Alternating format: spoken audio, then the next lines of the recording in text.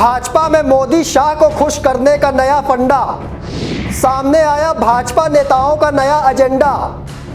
राहुल गांधी कर रहे विवादित बयानों का सामना। अब आतंकवादी से राहुल गांधी की तुलना। पहले तेजिंदर मारवा और रामदास अठावले, अब रवनीत बिट्टू हुए राहुल गांधी के खिलाफ उतावले।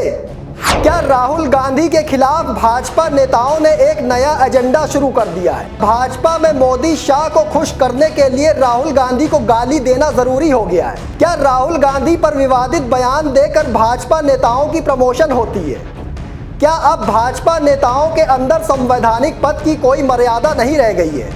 ये तमाम सवाल इसलिए क्योंकि एक बार फिर लोकसभा में नेता प्रतिपक्ष राहुल गांधी पर अमर्यादित टिप्पणी की गई है। एक बार फिर राहुल गांधी के खिलाफ जहर उगलने का काम किया गया है। एक बार फिर संवैधानिक पद की मर्यादा की धज्जियां उड़ा दी गई हैं। इस बार राहुल गांधी को भाजपा नेता की तरफ से आतंकवादी करार दे दिया गया है, जिसके बाद देश की सियासत में भूचाल सा आ गया है। कांग्रेस अब भाजपा पर चौतरफा हमलावर है। इस बार केंद्रीय मंत्री रवनीत बिट्टू का राहुल गांधी पर विवादित बयान सामने आया है। उन्होंने साफ तौर पर कहा है कि राहुल गांधी देश के नंबर 1 आतंकी हैं, देश के सबसे बड़े दुश्मन हैं। राहुल गांधी पर देश की एजेंसियों को नज़र रखनी चाहिए।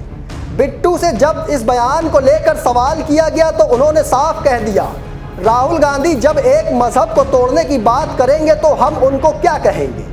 बिट्टू ने कहा, गांधी फैमिली ने हमारे सिख धर्म के लोगों का कत्लेआम करवाया था और हमारी माँ बेटियों का बलात्कार करवाया था। क्या राहुल गांधी फैमिली का अभी पेट नहीं भरा कि अब वो दोबारा से सिखों को बांटना चाहते हैं? केंद्रीय मंत्री रवनीत बिट्टू ने कहा, राहुल गांधी विदेश में बैठे आतंकियों की भाषा बोल रहे हैं। मैंने तो अभी केवल बाहर ही उनको आतंकी बोला है, संसद में भी मैं उनको आतंकी बोलूंगा। राहुल गांधी आतंकी पन्नू की तरह बोलते हैं। सुनिए। राहुल गांधी खुद देश के नंबर 1 टेररिस्ट, अगर किसी को मेरी ख्याल से किस पे इनाम होना चाहिए पकड़ने के लिए, जब देश का सबसे बड़ा दुश्मन जो जिसको लानना चाहिए एजेंसीज को, वो आज राहुल गांधी है। राहुल गांधी पर भाजपा नेताओं की ओर से विवादित बयान देने का सिलसिला लगातार जारी है।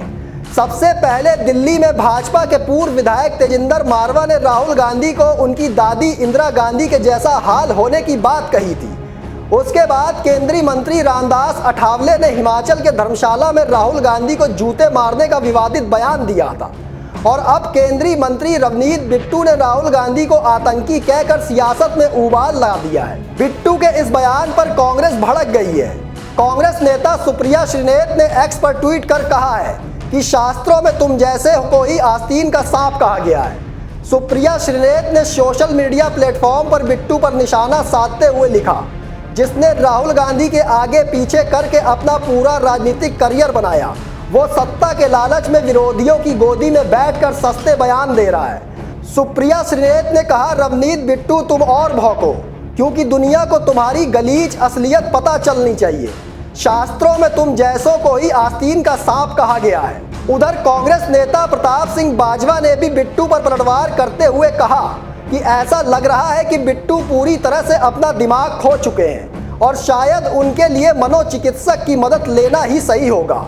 और तो और पंजाब कांग्रेस अध्यक्ष अमरिंदर सिंह राजा वरिंग ने बिट्टू पर जोरदार हमला बोला है। राजा वरिंग ने कहा है कि उस व्यक्ति को शर्म आनी चाहिए। उसे 3 बार सांसद बनाया गया, उसे कुछ नहीं आता था, लेकिन इसके बावजूद राहुल गांधी ने उसे 3 बार सांसद बनाया और आज वो कहता है कि राहुल गांधी आतंकवादी है। राजा वरिंग ने कहा, आपके कहने से राहुल गांधी आतंकवादी नहीं बन जाएंगे, लेकिन देश की जनता को आपकी मानसिकता के बारे में पता चल रहा है कि आप कितने एहसान फरामोश हैं कि अपने आकाओं को खुश करने के लिए कुछ भी कह रहे हैं। ऐसी राजनीति अच्छी नहीं है। लोग इसे विश्वासघात एहसान फरामोश कहते हैं। सुनिए। उसको भेजा था मेरे खिलाफ, वो पार्टी छोड़ के गया था लड़ने के लिए। लुधियाना में मैं गया, हराया, और आज वो कह रहा है कि राहुल गांधी तो आतंकवादी है। शर्म आनी चाहिए उस व्यक्ति को, जिसको 3 बार मेंबर ऑफ पार्लियामेंट बनाया। बिट्टू एक बच्चा था, गुरकीरत उससे काबिल था, इसको कुछ नहीं आता था।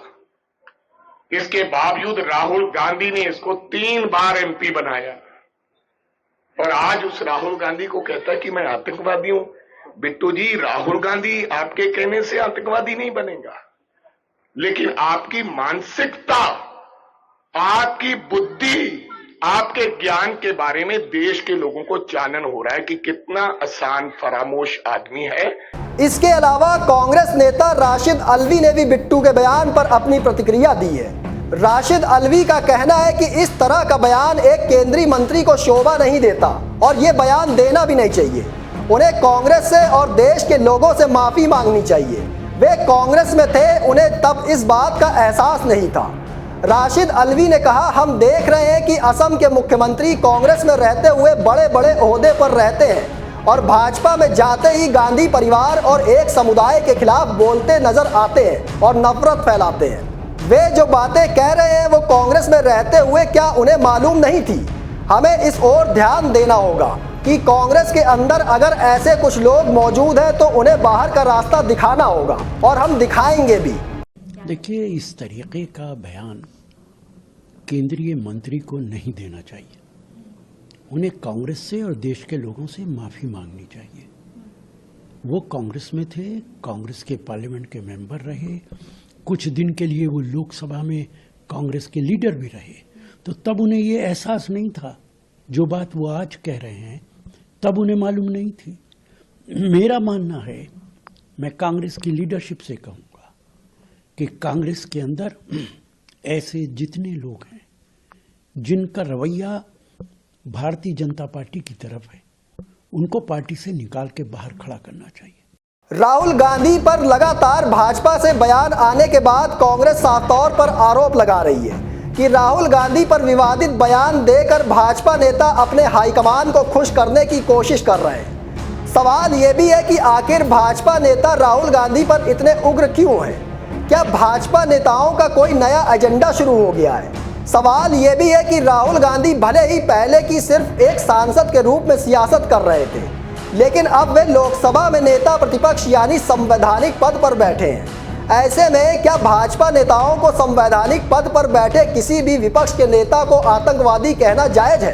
क्या भाजपा हाईकमान अपने नेताओं के विवादित बयानों पर कोई एक्शन लेगी? इन तमाम सवालों के जवाब हमें आप अपनी राय के रूप में कमेंट कर जरूर दीजिएगा। फिलहाल मुझे दीजिए इजाजत, फिर मिलेंगे एक और स्पेशल रिपोर्ट लेकर। तब तक के लिए धन्यवाद।